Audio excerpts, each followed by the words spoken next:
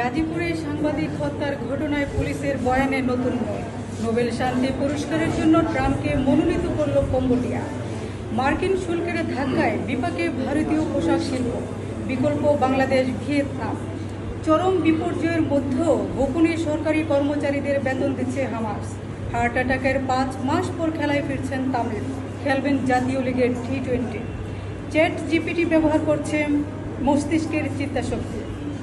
এতক্ষণ শুনছিলেন সংবাদ শিরোনাম, সাথে আছি হাবিবা মিশু। জানাচ্ছি বিস্তারিত।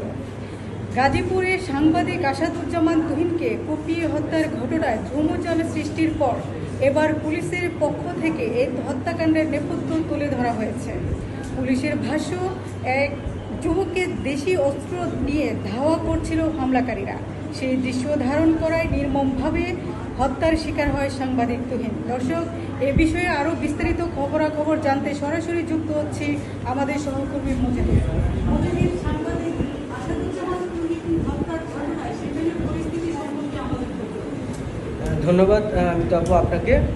আমার কাছে এই পর্যায়ে যে সংবাদটি আছে, গাজীপুরের সাংবাদিক আসাদুজ্জামান তুহিনকে কুপিয়ে হত্যার ঘটনায় থানায় মামলা হয়েছে। আজ শুক্রবার সকালে নিহত ব্যক্তির বড় ভাই মোহাম্মদ সেলিম বাদী হয়ে অজ্ঞাতনামা আসামি করে নগরের বাসন থানায় মামলাটি করেন।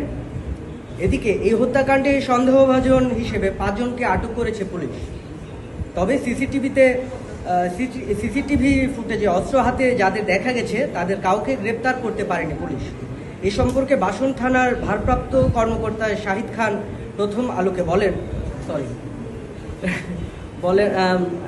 এই সম্পর্কে বাসন থানার ভারপ্রাপ্ত কর্মকর্তা শাহিন খান আমাদেরকে জানান, তদন্তের সাথে আপাতত কিছু বলা যাচ্ছে না, তদন্তের শেষে পুরোপুরি সবকিছু জানানো হবে।